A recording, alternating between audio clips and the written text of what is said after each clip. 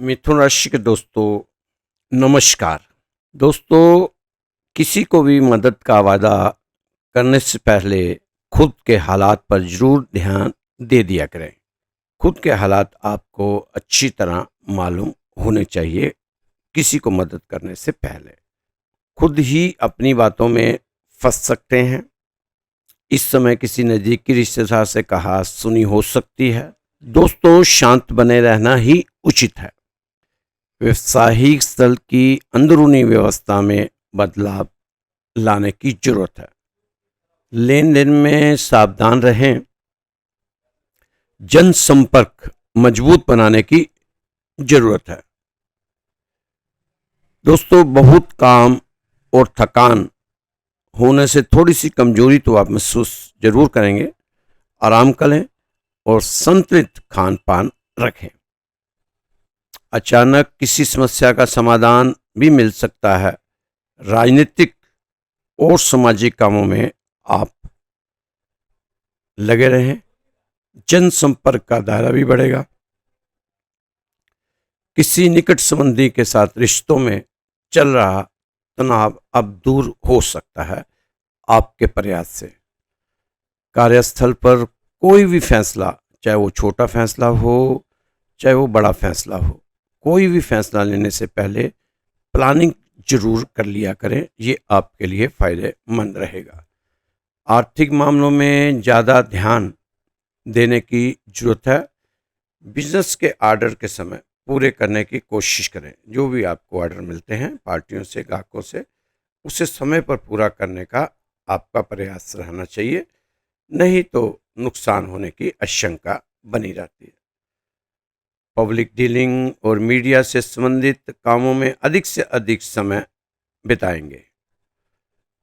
कलात्मक गतिविधियों में दिलचस्पी रखने वाले लोगों के लिए आज का दिन अच्छा रहेगा। अपनी काबिलियत को निखारने का मौका मिल सकता है। दिन भर व्यवस्था के बावजूद परिवार के लिए समय निकाल लेंगे। दोस्तों, विवादित स्थिति बनने पर शांत रहें। इससे आपका ध्यान अपने काम से हट सकता है। पैसों का लेन देन सावधानी से करें।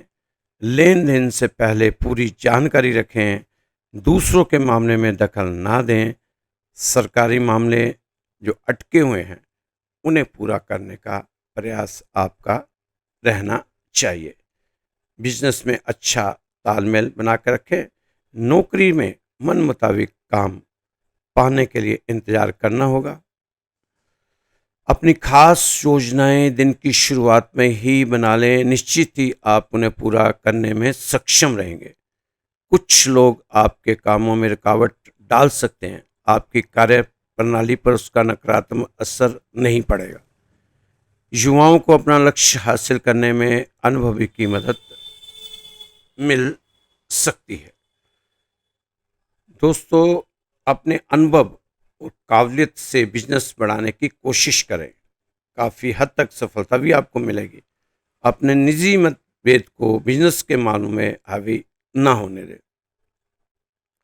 नौकरी पेशा लोगों द्वारा कागजी कामों में गलती होने की चांस बने हुए हैं। कोशिश करें सजग होकर सभी काम करें। दोस्तों पर भरोसा रखने से आपके ज़्यादातर काम व्यवस्थित हो जाएंगे। मुश्किल काम भी आपको सामान्य लगेगा। घर के रखरखाव के कामों में अपनी हैसियत से ज़्यादा खर्च ना करें, वरना मुसीबत बढ़ सकती है। आलस्य को हावी ना होने दें। इसकी वजह से आपके महत्वपूर्ण काम अधूरे रह सकते हैं। दोस्तों, पिछले समय से किसी खास काम के प्रति चल रही मेहनत में अच्छे परिणाम सामने आएंगे। समाज में आपकी योग्यता और क्षमता की तारीफ होगी। बड़े लोगों का साथ और सहयोग आपकी छवि को और अच्छा बनाएगा। कार्यक्षेत्र में चल रही किसी समस्या को सुलझाने में गुस्से के बजाय समझदारी से काम लेना चाहिए आपको।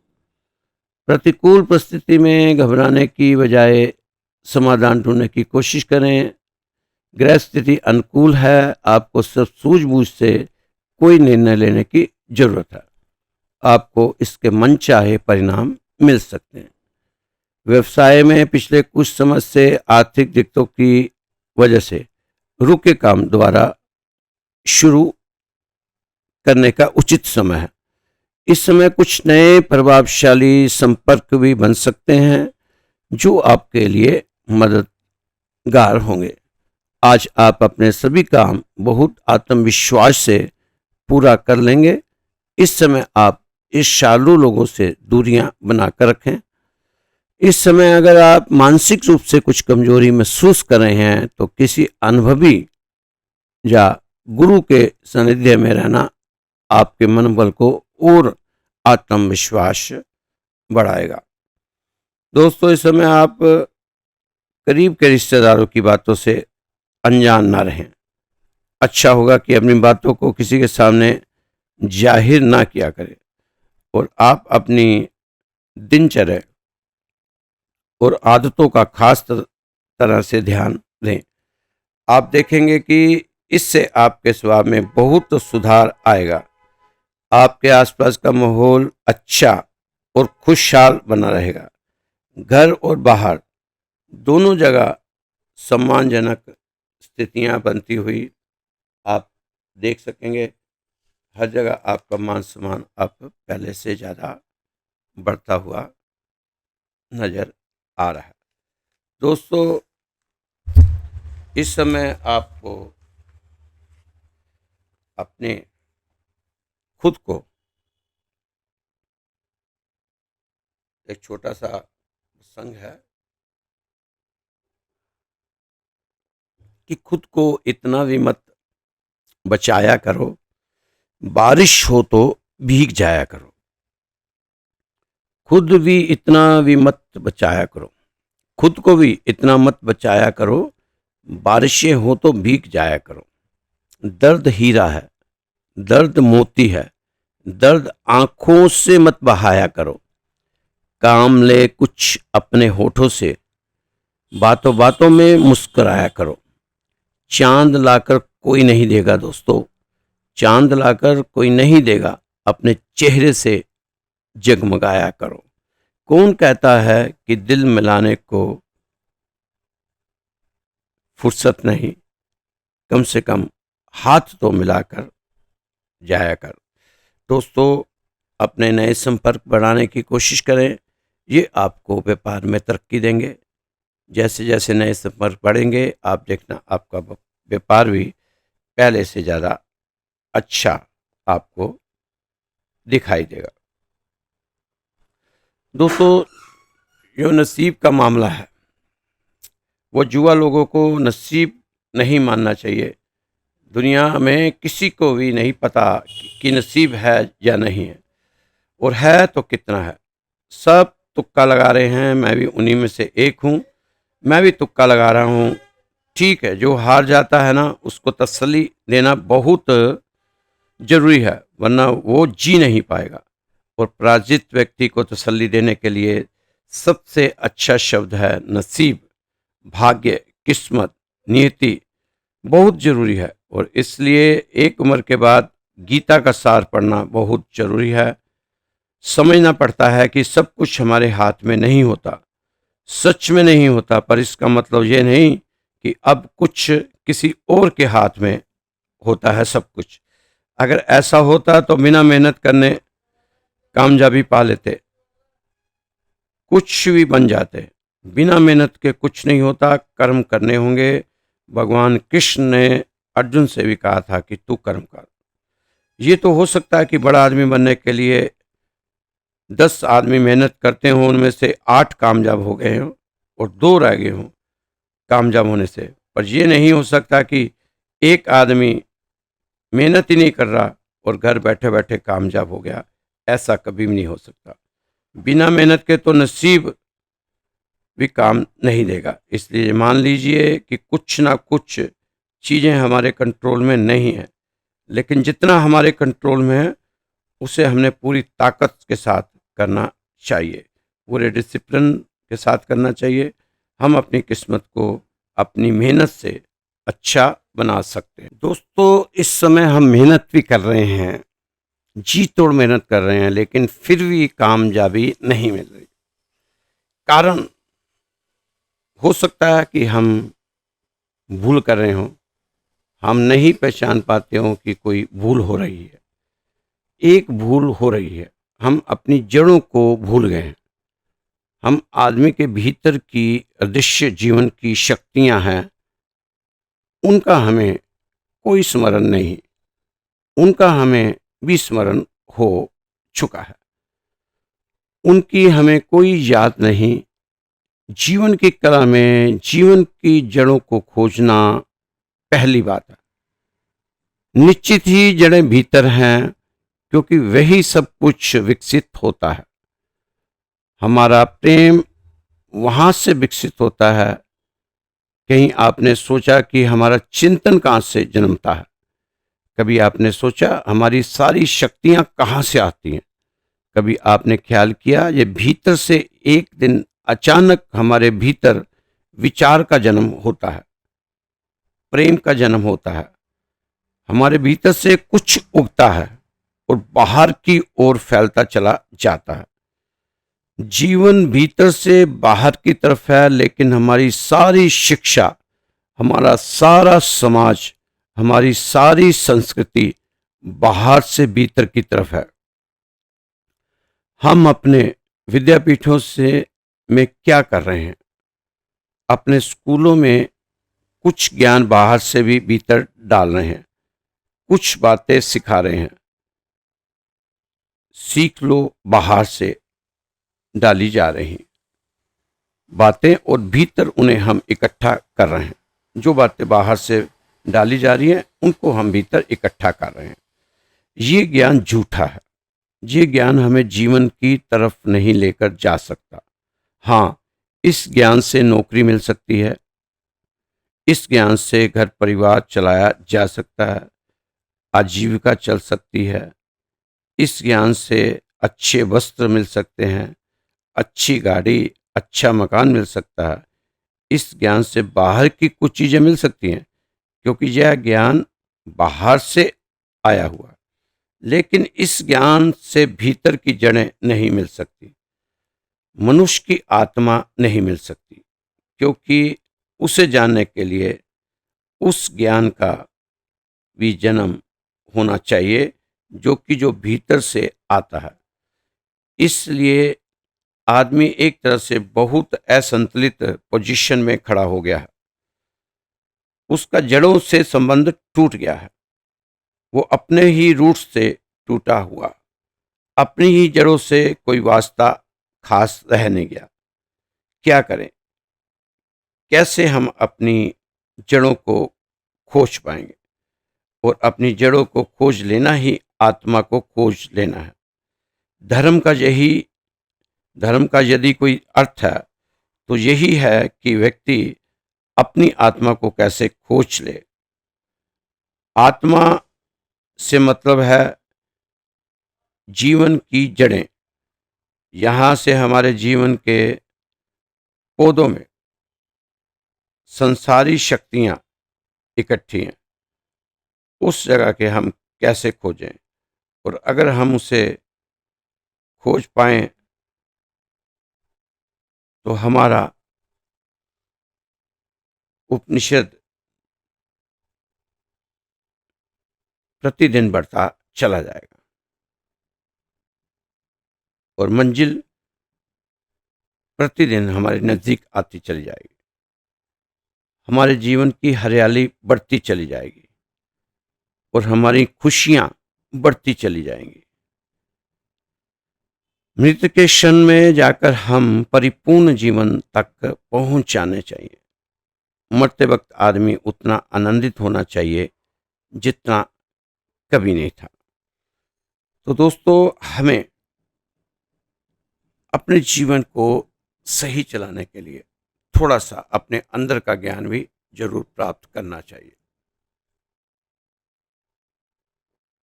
आत्म ज्ञान अगर आपका मजबूत होगा, तो आत्म बल भी मजबूत होगा और आत्मविश्वास के साथ फिर आप सभी काम अपने निपटाते चले नहीं।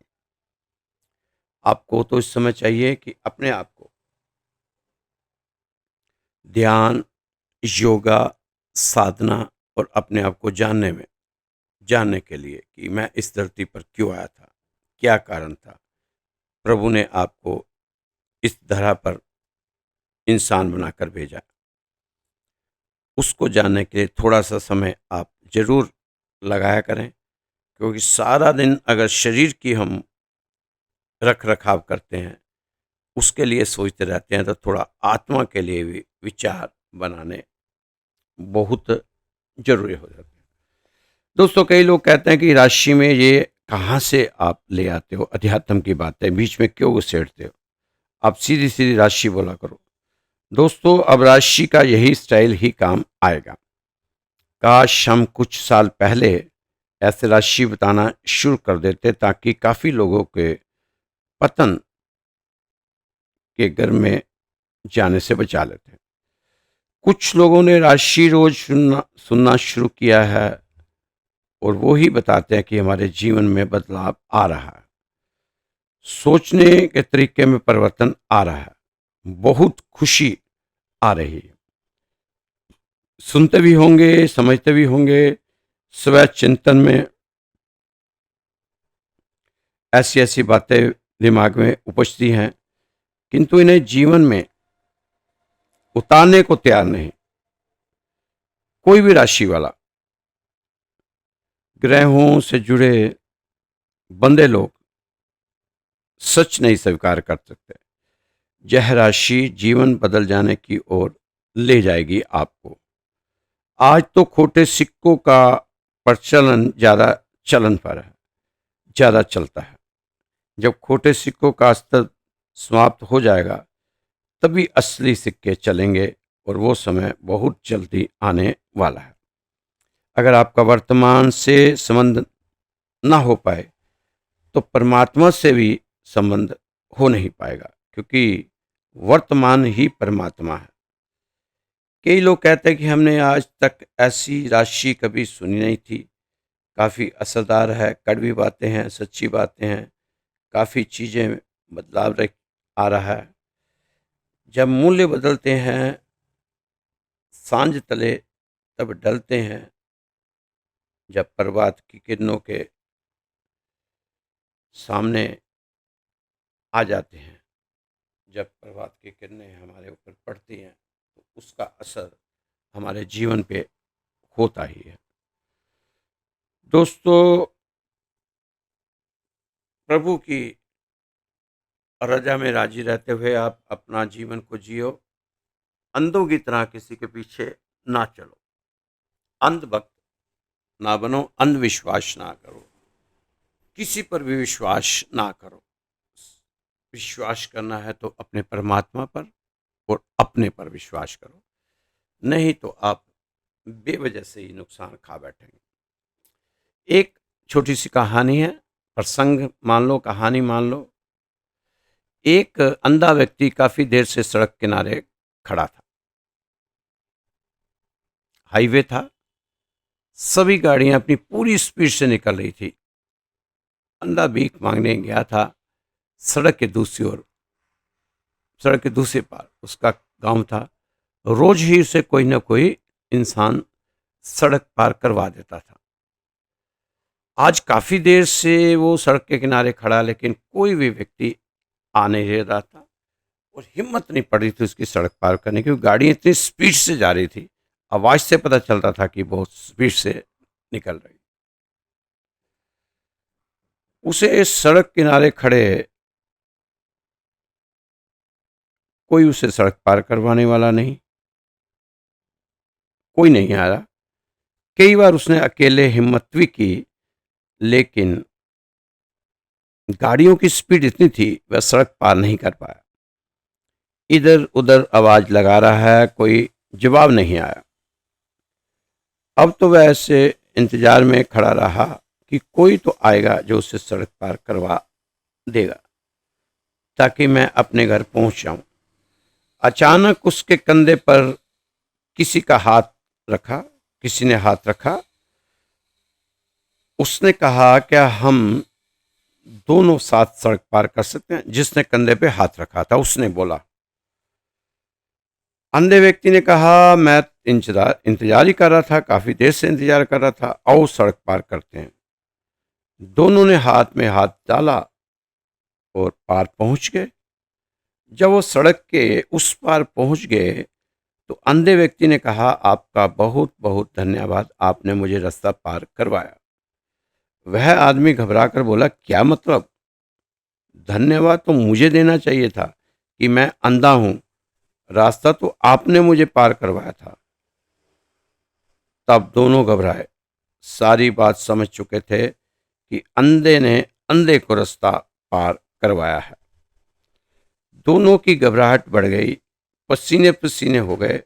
रास्ता तो पार कर ही चुके थे, लेकिन रास्ता पार करने के बाद भी पता चला कि दोनों ही अंधे थे। दोस्तों, अंधे थे, अंधे को पता नहीं था कैसे चले कि हम किसी के पीछे चल रहे हैं। कतारें लगी हुई हैं, क्यू लगी हुई है, हम आगे वाले को पकड़े हुए हैं, आगे वाला आगे वाले को पकड़े हुआ है, सबसे आगे कोई महा अंधा है। हमारे साथ भी ऐसा ही हो रहा है। हम अपना भविष्य जान के लिए ऐसे ही किसी को ढूंढ रहे हैं जो हमारी नैया पार लगा दे। यह नहीं पता कि जिससे अपनी नैया पार लगवाना चाहते हो उसकी नैया भी उसी तरह अंधों की तरह मझधार में डूबी होगी। आज यूट्यूब पे ऐसे ही ज्योतिषाचार्य कह लो, तांत्रिक कह लो, पुरोहित कह लो, पंडित कह लो, ब्राह्मण कह लो, बाढ़ आई हुई है, बाढ़, जो आपकी आपकी नाव को पानी से क्या सड़क पर भी चलाकर दिखा देंगे। दोस्तों, हमारी आंखें हैं लेकिन हम अंधे होने की एक्टिंग ना करें, क्योंकि सोच विचार कर ही किसी और को भविष्य का फैसला करने दें। कोशिश आपकी रहे, आपके भविष्य का फैसला आप ही कर सकते हैं, आपको ही करना होगा। दोस्तों, जीवन का हर नया दिन हमें पहले से बेहतर होने का मौका देता है। कोशिश करना कि ये मौका व्यर्थ ना चला जाए। समय पर संभलना और अवसर को पहचानना जिसको आता है वो व्यक्ति हर संघर्ष में विजेता है। इस समय आपको अंधेरों से नहीं, अंधेरे में रखने वालों से बचने की जरूरत है। दोस्तों, ये राशिफल आपको श्री राधे श्याम मंदिर दिल्ली से बताया जा रहा है। अगर आप भी अपनी जन्म पत्रिका भेजना चाहते हैं, दिखाना चाहते हैं, तो हमारे व्हाट्सएप नंबर पर आप भेज सकते हैं। हमारा व्हाट्सएप नंबर है 9315336907, 931 533 6907। आप इस नंबर पर व्हाट्सएप कर सकते हैं। अगर आप हमारे मंदिर में अरदास लगाना चाहते हैं, सुबह और शाम आपकी अरदास लगेगी, आपके सुख शांति के लिए अरदास लगेगी। आप अपना नाम, अपना गोत्र, अपना स्थान, सब 3 चीज हमें भेज दें, आपकी अरदास सुबह और शाम मंदिर में शुरू हो जाएगी। दोस्तों, खुश रहो, मस्त रहो, स्वस्थ रहो, व्यस्त रहो और साथ में तंदुरुस्त जरूर रहो। नंबर एक बार फिर से रिपीट कर रहा हूं, 9315336907, 931 533 6907। जय श्री कृष्णा। जय श्री राधे।